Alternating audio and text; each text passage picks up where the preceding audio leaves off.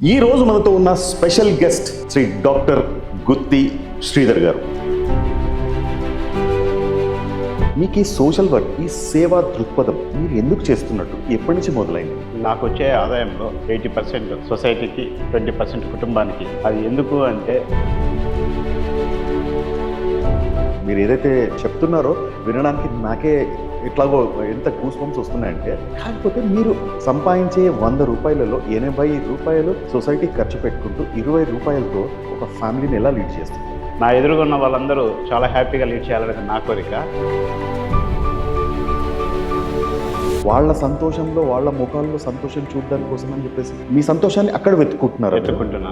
ఆ హ్యాపీనెస్ అనుభవించిన వ్యక్తికే ఆ హ్యాపీ తెలుస్తుంది. మనము ఉన్న ఈ జస్ట్ లైఫ్లో మనం ఎంజాయ్ చేయడం కన్నా ఎదుటి వ్యక్తిని ఎంజాయ్ చేయించడమే నా మెయిన్ ఉద్దేశం. భారతదేశంలో ఏ మూల నుంచి అయినా మీకు ఒక మనిషి దేహి అని చెప్పేసి సహాయం చేయండి బాబు అని అంటే డెఫినెట్గా శ్రీధర్ గారు వెళ్తారు. నేను ఆర్థికంగానే కాదు, ఒక సమస్య వచ్చినప్పుడు నా శరీరంలో పార్టీ ఇవ్వడానికైనా సిద్ధంగా ఉంటాను. నా చుట్టుపక్కల ఉన్న వాళ్ళందరూ నా ప్రాణం కన్నా నా ఎదుటి వ్యక్తి ఉన్న ప్రాణమే నాకు విలువైంది. సూపర్ అండి. అసలు ఈ కాలంలో కూడా ఇట్లాంటి మనుషులు ఉంటారా అని చెప్పి ఒక ఆలోచన వస్తుంది. ఇట్లాంటి మనుషులు ఉంటారే. నేను ఇంతవరకు నేనైతే చూడలేదు, నేను వినలేదు. నేనైతే చూడలేదు, వినలేదు. కానీ నేను ఎక్కడ సో ఎక్కడో ఒకడు ఉంటారు, ఉండేవారు అని చెప్పేసి విన్నా మీరు తప్పిస్తే నా ముందు సాక్షాత్తు మీరు కూర్చున్నారు ఇక్కడ. హలో, నమస్తే, నేను మీ దేవ్. ఈ రోజు మనతో ఉన్న స్పెషల్ గెస్ట్ శ్రీ డాక్టర్ గుత్తి శ్రీధర్ గారు. డాక్టర్ అంటే తినేదో ఎంబీబీఎస్ డాక్టరో లేక ఎండిఓ కాదండి. ఆయన చేసే సేవకి, అంటే ప్రజాసేవకి, సోషల్ వర్క్కి గాను తనకి ఒక కాలేజ్ వారు, ఒక యూనివర్సిటీ వారు తనని పిలిచి డాక్టరేట్తో సన్మానించారు. ఈరోజు నేను మీకు స్పెషల్గా ఈ వ్యక్తిని పరిచయం చేస్తున్నాను. నమస్తే అండి శ్రీధర్ గారు, బాగున్నారా? బాగున్నా. ఓకే శ్రీధర్ గారు, ముందుగా మా ప్రేక్షకులకి ఒక విషయం మీరు చెప్పాల్సి వస్తుంది. ఏంటంటే మీరు మీ ఫ్యామిలీ గురించి ఏంటి బేసిక్గా, ఇది జస్ట్ ఒక చిన్న ఇంట్రో ఇచ్చిన తర్వాత మనం మెయిన్ సబ్జెక్ట్లో కలిపిద్దాం. ఓకే, నా పేరు గుత్తి శ్రీధర్. నేను కనిగిరి, ప్రకాశం జిల్లాలో ఉంటాను, ఆంధ్రప్రదేశ్. నేను ఎంఎస్ మైక్రోబయాలజీ చదువున్నాను. ఓకే. ఒక గవర్నమెంట్ సెక్టర్లో ఒక చిన్న జాబ్ చేస్తూ దాన్ని ప్రజెంట్ అయితే లాంగ్ లీవ్లో ఉంటూ ప్రజెంట్ అయితే సర్వీస్లో ఉన్నాను. మా మిస్సెస్ వచ్చి స్కూల్ అసిస్టెంట్గా ఉన్నారు. మాకు ఒక పాప హైదరాబాద్లో చదువుతూ ఉన్నారు. ఓకే శ్రీధర్ గారు, మీరు మీ కనిగిరిలో చాలా ఫేమస్.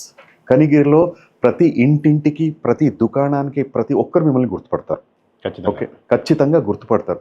సార్, మీకు ఈ సోషల్ వర్క్, ఈ సేవా దృక్పథం మీరు ఎందుకు చేస్తున్నట్టు, ఎప్పటి నుంచి మొదలైంది? మీరు ఏం చేస్తున్నారు బేసిక్గా? యాక్చువల్గా నాకు వచ్చే ఆదాయంలో 80% సొసైటీకి, 20% కుటుంబానికి కేటాయించాలనుకున్నాను. అది ఎందుకు అంటే నేను యాక్చువల్గా చాలా లో ఫ్యామిలీ నుంచి వచ్చాను. ప్రతి కష్టాన్ని చూశాను. మనము ఎప్పుడైతే మనకు ఖర్చు పెట్టుకుంటూ, సొసైటీ ఖర్చు పెట్టుకుంటూనే మనం ముందుకు ఒక కంప్లీటెడ్ ఒక లైఫ్ని అనుభవించినట్టు ఉంటుంది. ఆ లైఫ్ ఎలా ఉంటుందంటే, మనం ఎప్పుడైతే పుడతామో అప్పుడే మన డెత్ కూడా ఒక చోట పుట్టుంటుంది. ఆ డెత్ నుంచి మన బర్త్ దగ్గరికి వచ్చే జర్నీనే లైఫ్ అంటాం. ఈ లైఫ్లో ఏదో ఒకటి చేయాలనేది నా ఆలోచన. చనిపోతూ ఊరికే చనిపోకూడదు, ఏదో ఒకటి చేసి చనిపోవాలనేది నా కోరిక. సరే, మీ కోరిక బాగానే ఉంది. మీరు ఏదైతే చెప్తున్నారో వినడానికి నాకే ఎట్లాగో ఎంత గూస్ బంప్స్ వస్తున్నాయంటే, కాకపోతే మీరు సంపాదించే 100 రూపాయలలో 80 రూపాయలు సొసైటీకి ఖర్చు పెట్టుకుంటూ 20 రూపాయలతో మీరు, మీ వైఫ్, మీ పాప ఒక ఫ్యామిలీని ఎలా లీడ్ చేస్తున్నారు? యాక్చువల్గా మా కుటుంబం వచ్చి సింపుల్గా లైఫ్ లీడ్ చేస్తుంటుంది. నా ఎదురుగా ఉన్న వాళ్ళందరూ చాలా హ్యాపీగా లీడ్ చేయాలనేది నా కోరిక. మేము చాలా సింప్లిసిటీగా ముందుకెళ్తూ నా చుట్టుపక్కల ఉన్న ఎంప్లాయీస్ కానీ, నా చుట్టుపక్కల ఉన్న వర్కర్స్ కానీ వాళ్ళందరూ చాలా హ్యాపీగా ఉండాలని కోరుకుంటూ ఉంటాను. నా చుట్టూ ఎవరున్న లేబర్స్ వాళ్ళందరికీ, ఫుట్పాత్ మీద ఉన్న చెప్పులు కుట్టుకునే వాళ్ళందరికీ ఆ మెటీరియల్ తీసేయడము, వాళ్ళకి ఎండలో ఉండకుండా గొడుగులు తీసేయడము, ఎవరైతే అనాథలు ఉంటారో వాళ్ళు చనిపోయినప్పుడు శ్మశానానికి వెళ్ళడానికి వాళ్ళకి ఆర్థిక ఇబ్బందులు లేకుండా ఫ్రీ వెహికల్స్ అందించడము, వాళ్ళకి ఆ రోజు ఇనిషియల్గా అమౌంట్ అందించడము, శ్మశానానికి వెళ్ళిన తర్వాత ఫ్రీ సర్వీస్ చేయడము, తర్వాత ఒక శ్మశానాన్ని డెవలప్ చేయడము, తర్వాత టెంపుల్స్, ప్రతి టెంపుల్ని డెవలప్ చేయడము. ఎందుకంటే ఒక టెంపుల్ అయితే ఎప్పుడైతే బాగుంటుందో అక్కడ చుట్టూ ఉన్న వనరులన్నీ బాగుంటాయి అనేది నా అభిప్రాయం. అందుకని మ్యాక్సిమం ప్రతి టెంపుల్కి నేను అమౌంట్ ఇచ్చాను. ఆడ ముస్లిం, హిందూ, క్రిస్టియన్ అని కాకుండా నా కంటికి కనిపించిన ప్రతిదీ ఒక టెంపుల్. ఆ టెంపుల్కి ఏదో ఒక విధంగా చేయాలని మ్యాక్సిమం నా దాంట్లో ఉన్న ఆస్తులు మొత్తం అమ్ముకుంటూ కనిగిరిలో ఉన్న ప్రతి టెంపుల్కి మ్యాక్సిమం ఒక 3 లక్షల దాకా అయితే అందించాను.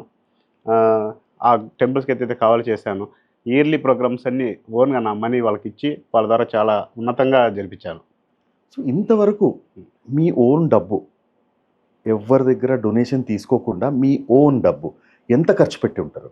యాక్చువల్గా మా పూర్వీకులు ఇచ్చిన హౌస్లు కానీ, ఒక 10 ఎకరాల భూములు కానీ, నేను సంపాదించిన భూములు కానీ ఇంచుమించుగా ఒక 3-4 కోట్ల రూపాయలకి అమ్మివేశాను. అవన్నీ మ్యాక్సిమం ప్రతి వ్యక్తికి అందేలా చూశాను. మీ ఓన్ ఆస్తులు అమ్మి మరీ చేస్తున్నారు. అవును. వాళ్ళ సంతోషంలో, వాళ్ళ ముఖాల్లో సంతోషం చూడడానికి కోసం అని చెప్పేసి మీ సంతోషాన్ని అక్కడ వెతుక్కుంటున్నారు. వెతుక్కుంటున్నాను ఖచ్చితంగా. ఎందుకంటే ఆ హ్యాపీనెస్ అనుభవించిన వ్యక్తికే ఆ హ్యాపీ తెలుస్తుంది. మనం ఓన్గా ఖర్చు పెట్టుకున్న ఆ సంతోషం కన్నా ఎదుటి వ్యక్తికి మనం ఇచ్చి అతను పడే సంతోషంలో చాలా చాలా మనం చూస్తాం ఆనందాన్ని. ఆ అనుభవం అనుభవించాలంటే మనకు ఆ ఖర్చు ఉండాలి, ఆ ఇచ్చే దానం ఉండాలి, తర్వాత ఆనందాన్ని పొందే శక్తి కూడా మనలో ఉండాలి. అది చాలా చాలా హ్యాపీగా ఉంటుంది. అదేనండి, మీరు మీ పూర్వీకులు మీకు ఇచ్చిన ఆస్తి నుంచి ప్రతి ఒక్కటి మీరు అమ్మేసరి ఇప్పుడు ఓన్ హౌస్ లేకుండా ఉన్నారంటే అది మిమ్మల్ని ఏ రకంగా అర్థం చేసుకోవాలో అర్థం కావట్లేదు. యాక్చువల్గా నేను ఈ క్వశ్చన్ అడగాలా వద్దా అని ఒకటి ఉంది, కానీ అడుగుతున్నాను ఖచ్చితంగా. ప్రేక్షకుల కోసం. మిమ్మల్ని అండర్స్టాండ్ చేపియాలన్న ఒకే ఒక తపనతో అడుగుతున్నాను. మీరు ఇదంతా రాజకీయ లబ్ధి పొందడానికే చేస్తున్నారా? రాజకీయంగా ఎదగాలని ముందు ఇంత మీరు ఏదైతే 4-5 కోట్లు ఖర్చు పెట్టానో అన్నారు కదా, సో ఒకసారి రాజకీయంగా ఎదిగిన తర్వాత దీనికి 100 రెట్లు సంపాదించవచ్చన్న ఐడియా ఏమన్నా ఉందా మీకు? యాక్చువల్గా 100% అయితే నేను పొలిటికల్గా వెళ్ళాలని అనుకోవట్లేదు. నేను నా ఎదుటి వ్యక్తులకి సేవ ఎలా చేయాలో ఒకటి నేర్పియాలనుకున్నాను. అందరూ తన వంతు తన ఎదుటి వ్యక్తికి సాయం చేసుకుంటూ వెళ్తే అందరూ ఉన్నతంగా లైఫ్ లీడ్ చేస్తారు, మంచిగా ఆనందం పొందుతారు. మనము ఆహారం తినడం కన్నా ఎదుటి వ్యక్తి ఆహారం తిన్నప్పుడే మనకు చాలా తృప్తి కలుగుతుంది. మనము ఉన్న ఈ జస్ట్ లైఫ్లో మనము ఎంజాయ్ చేయడం కన్నా ఎదుటి వ్యక్తిని ఎంజాయ్ చేయించడమే నా మెయిన్ ఉద్దేశం. సరే, ఓకే. ఇప్పుడు ఈ NHRC national human rights council అని ఏదైతే ఉంది కదా, దాంట్లో మీకు ఒక ఉన్నతమైన పదవిని ఇచ్చారనమాట, నేషనల్ కన్వీనర్గా. ఇది ఎట్లా దీనికి అండ్ మీకు సోషల్ వర్క్స్కి దీనికి ఎలా పొందను కుదిరింది? యాక్చువల్గా నేను సేవ చేస్తూ ఉన్న సేవలలో ఇంకా చాలా మెచ్యూర్ సేవ, అంటే ప్రతి వ్యక్తికి ఉన్నతంగా సేవ ఎలా అందించాలని చూసినప్పుడు నాకు ఎన్హెచ్ఆర్సీ కనిపించింది. ఎన్హెచ్ఆర్సీలో ఏంటంటే అది ఒక సంస్థ. మన చుట్టూ ఉన్న వాళ్ళే కాకుండా మన భారతదేశంలో ఎక్కడైనా ఒక సమస్య ఉన్నా అది అందరికీ తెలుస్తుంది, ఆ సమస్య మన దాకా వస్తుంది, మనం సాయం చేయొచ్చు అన్న ఒక ఉద్దేశంతో నేను చేశాను. యాక్చువల్గా నేను ప్రతి సంవత్సరం మా కనిగిరిలో స్కూల్ పిల్లలకి ఎగ్జామ్స్కి సంబంధించిన బుక్స్ కానీ, బోర్డ్స్ కానీ, పెన్నులు కానీ, స్కెచ్లు కానీ అలా అందిస్తూ ఉండేవాడిని. తర్వాత ఎవరైతే వ్యాపారాలు లేకుండా ఇంట్లో ప్రతి డబ్బులు లేని వాళ్ళకి వ్యాపారాలు పెట్టించాను. తర్వాత చుట్టుపక్కల ఉన్న ప్రతి వ్యక్తిని డెవలప్ చేయడానికి చూశాను. ఈ విధంగా ముందుకెళ్తూ ఉన్నాను. అదే ఎన్హెచ్ఆర్సీలో మీరు జాయిన్ అయిన తర్వాత ఏం చేశారు? మీరు ఏం చేస్తున్నారు ఎన్హెచ్ఆర్సీలో? యాక్చువల్గా ఎన్హెచ్ఎస్లో నేను నేషనల్ కన్వీనర్గా ఉన్నాను. నేషనల్ కన్వీనర్గా ఉన్నప్పుడు నా చుట్టూ ఎవరైతే నాకు సేవ చేయాలనుకుంటుంటారో వాళ్ళందరినీ ఎన్హెచ్ఎస్లో జాయిన్ చేయడం మొదలుపెట్టాను. తర్వాత ఏదైనా ఒక సమస్యని మన దాకా వచ్చినప్పుడు ఆ సమస్యను పరిష్కరించడానికి ఒక సపోర్ట్ ఉంటుంది. అది గవర్నమెంట్కి, పబ్లిక్కి మధ్య వారధిగా ఎన్హెచ్ఆర్సీ ఉంటుంది. అది చాలా బలంగా ముందుకెళ్తుంది. ఒక ఉన్నతమైన వ్యక్తులను కలవడానికి ఉపయోగపడుతుంది. వాళ్ళ ద్వారా ప్రజలకి మనం ఇంకా ఎక్కువ సర్వీస్, నేను ఒక్కనే కాకుండా 10 మంది చేత సర్వీస్ చేయడానికి ఉపయోగపడుతుంది. దీనిలో ఒక గొప్ప సంస్థ ఎన్హెచ్ఆర్సీ. మీరు ఇంత సౌమ్యంగా మాట్లాడుతున్నారు. ఎన్హెచ్ఆర్సీలో ఏదైనా కేసు తగిలినప్పుడు అక్కడికి వెళ్ళి అగ్రెసివ్గా మాట్లాడాలి. మరి మీరు ఎలా చేస్తారు? ప్రతి వ్యక్తికి ఒక లైఫ్ ఉంటుంది. ఆ లైఫ్ చాలా ప్రతి వ్యక్తి ఉన్నతంగా, గౌరవంగా, సమాజంలో ఉన్నత విలువలతో బ్రతకాలనే పుడతాడు. అక్కడ ప్రతి వ్యక్తి కూడా దైవ స్వరూపమే. కానీ మనకు కనిపించే అతని యొక్క సమస్యల వల్ల, అతని యొక్క ఆర్థిక సమస్యల వల్ల, అతను ఎదుర్కొన్న అలజడుల వల్ల మనకు కొంచెం అలా కనిపిస్తారే తప్ప ప్రతి వ్యక్తి చాలా సెన్సిటివ్. ప్రతి వ్యక్తి ఒక భగవంతుడు. తన పక్కన నిలబడ్డప్పుడు, తన సమస్య తెలుసుకున్నప్పుడు చాలా ఈజీగా ఉంటుంది. ఆ సమస్యను పరిష్కరించినప్పుడు అతను చాలా చాలా సౌమ్యుడిగా మారిపోతాడు. ఆ కుటుంబం తొంగి చూసినప్పుడు ఆర్థిక సమస్యలు చాలా ఉంటాయి. అవి మనం తీర్చిన రోజున అతను సొసైటీలో ఇంకొక వ్యక్తికి హెల్ప్ చేయడానికి అతను ముందుకు వస్తాడు. సో మీరు కనిగిరిలోనే చేస్తారా? ఇంకా ఎక్కడైనా ఎవరైనా వేరే ప్రదేశాల నుంచి మీకు ఫోన్ చేయడం కానీ ఇట్లా నాకు సహాయం కావాలి అన్న వాళ్ళకి మీరు ఏమైనా చేస్తారా? సపోజ్ ఇప్పుడు కనిగిరిలో ఉన్నారు, మీరు కనిగిరి కాకుండా ఎక్కడో విజయవాడలోనో లేదా ఇక్కడ హైదరాబాద్లోనో ఇక్కడి నుంచి ఎవరైనా దేహి అని చెప్పేసి మిమ్మల్ని అర్థిస్తే మీరు చేస్తారా? నాకు నా కుటుంబం అంటే నా దేశం, భారతదేశం. భారతదేశంలో ఏ మూల నుంచి వచ్చినా నేను నా సొంత ఖర్చులతో పెట్టుకొని వెళ్ళి, అక్కడ సమస్యను తీర్చి మళ్ళీ రావడానికి నేను ముందుగుంటాను. ఓకే. సో, ఎక్కడైనా సరే భారతదేశంలో ఏ మూల నుంచైనా మీకు ఒక మనిషి దేహి అని చెప్పేసి సహాయం చేయండి బాబు అని అంటే డెఫినెట్‌గా శ్రీధర్ గారు వెళ్తారు. ఖచ్చితంగా వెళ్తాను. నేను ఆర్థికంగానే కాదు, ఒక సమస్య వచ్చినప్పుడు నా శరీరంలో ఒక పార్ట్ ఇవ్వడానికైనా సిద్ధంగా ఉంటాను. ఎందుకంటే నా ప్రతి వ్యక్తిలోనూ నేను దేవుడిని చూస్తాను. కాబట్టి నేను అంటే నా సమాజం, నా చుట్టుపక్కల ఉన్నవాళ్ళు, వాళ్ళందరూ నా ప్రాణం కన్నా నా ఎదుటి వ్యక్తి ఉన్న ప్రాణమే నాకు విలువైనది. ఎందుకు శ్రీధర్ గారికి అంత పిచ్చి? నాకు దేవుడు అంటే చాలా ఇష్టం. ఎందుకంటే ప్రతి శక్తి నాకు దేవుడి నుంచి వచ్చిందనుకుంటాను. కాబట్టి ఎదురుగా ఉన్న ప్రతి వ్యక్తి కూడా నాకు దేవుడిగానే కనిపిస్తాడు. అది నేను నమ్ముతాను గూడా. సో, ఎన్‌హెచ్‌ఆర్‌సీలో ఎంత కాలమైంది మీరు జాయినింగ్? యాక్చువల్‌గా ఎన్‌హెచ్‌ఆర్‌సీలో ఇది సెకండ్ ఇయర్. Second year. ఎన్‌హెచ్‌ఆర్‌సీలో ఈ సెకండ్ ఇయర్ ఇంత ఈ టైంలో మీరేదన్నా ఏమంటారంటే మీరు చేసిన మంచి పని గురించి చెప్పండి. చాలా చాలా చేశాను. ఎందుకంటే అంటే సేవ కాకుండా హ్మ్. ఇప్పుడు ఈ చైల్డ్ లేబర్స్ లాంటివి ఏదో ఉంటాయి గదా! అవునవును. తర్వాత ప్రతి బ్లైండ్‌కి నా వంతున మా కాన్స్టిట్యూన్సీలో ప్రతి బ్లైండ్ వ్యక్తికి ఒక 10,000 వంతున నాకు కనిపించిన ప్రతి వ్యక్తికి ఇవ్వగలిగాను.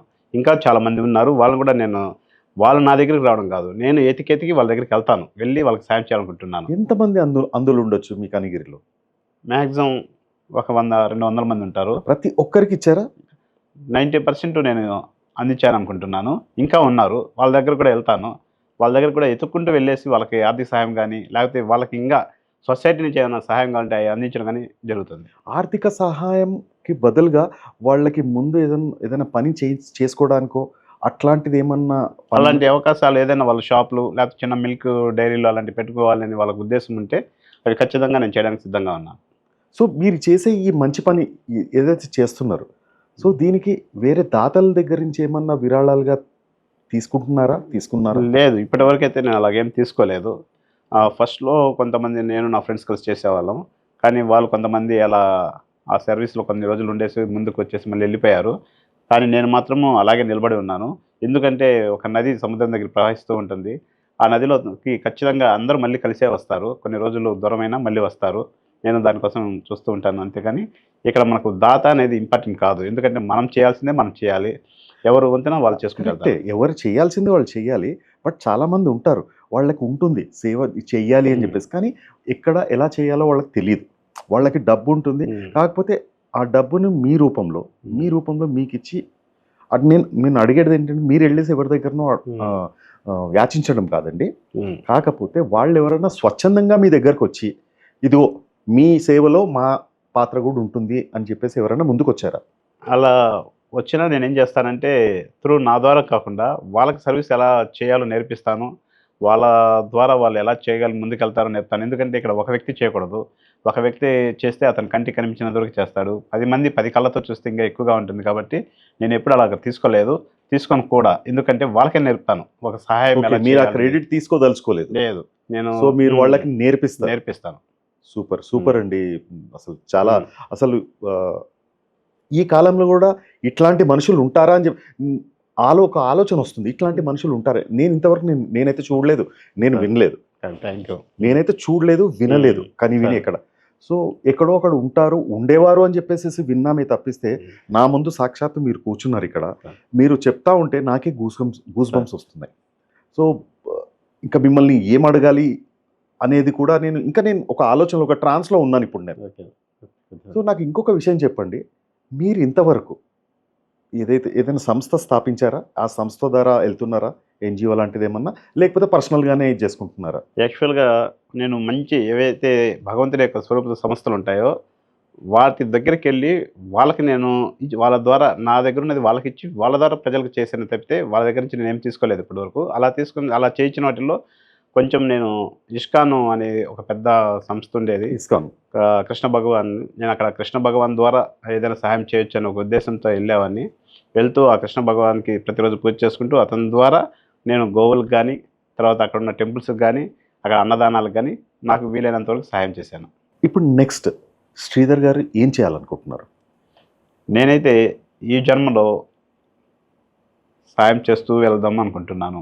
నేను ఒక డోర్ ఓపెన్ చేస్తే అవతల ఖచ్చితంగా భగవంతుడే ఉండాలనుకుంటున్నాను.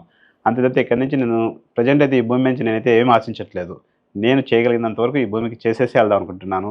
మా ఊరిలో వృక్ష సంపదని బాగా పెంచాలనుకుంటున్నాను. రెండోది ఫ్లోరిన్ బాగా ఎక్కువగా ఉంటుంది మా కనిగిరిలో. ఆ సమస్యని చాలా ఉన్నత వరకు తీసుకెళ్ళి పెద్దల స్థాయిలో తెలియజేసి, ఆ ఫ్లోరిన్ సమస్యని ఏ విధంగా పరిష్కరించాలో వాళ్ళకి గైడ్‌లైన్స్ ఇద్దాం అనుకుంటున్నాను. ఎందుకంటే ఎక్కడైతే హాస్పిటల్‌లో అవి డెవలప్ చేయడం కన్నా, అసలు ఆ వాటర్‌నే మంచి వాటర్‌ని అందిస్తే ఆ సమస్యే లేకుండా పోతుంది కాబట్టి, ప్రెజెంట్ హాస్పిటల్, డయాలసిస్ యూనిట్లు, తర్వాత డాక్టర్సు ఈ ఈ వీటిని పెంచుకుంటూ పోతున్నారే తప్ప, అసలు మూలం అసలు మంచి నీరు, మంచి గాలి, మంచి ఆహారం అందిస్తే ప్రజలకు ఏ సమస్య ఉండదు కాబట్టి, వీటి మీద గవర్నమెంట్ దృష్టి పెట్టి, వాటిని కొంచెం మాకు మంచి నీళ్ళు, మంచి వనరులు మా ఊరు నుంచి వలస వెళ్తా ఉంటారు ఎక్కువగా.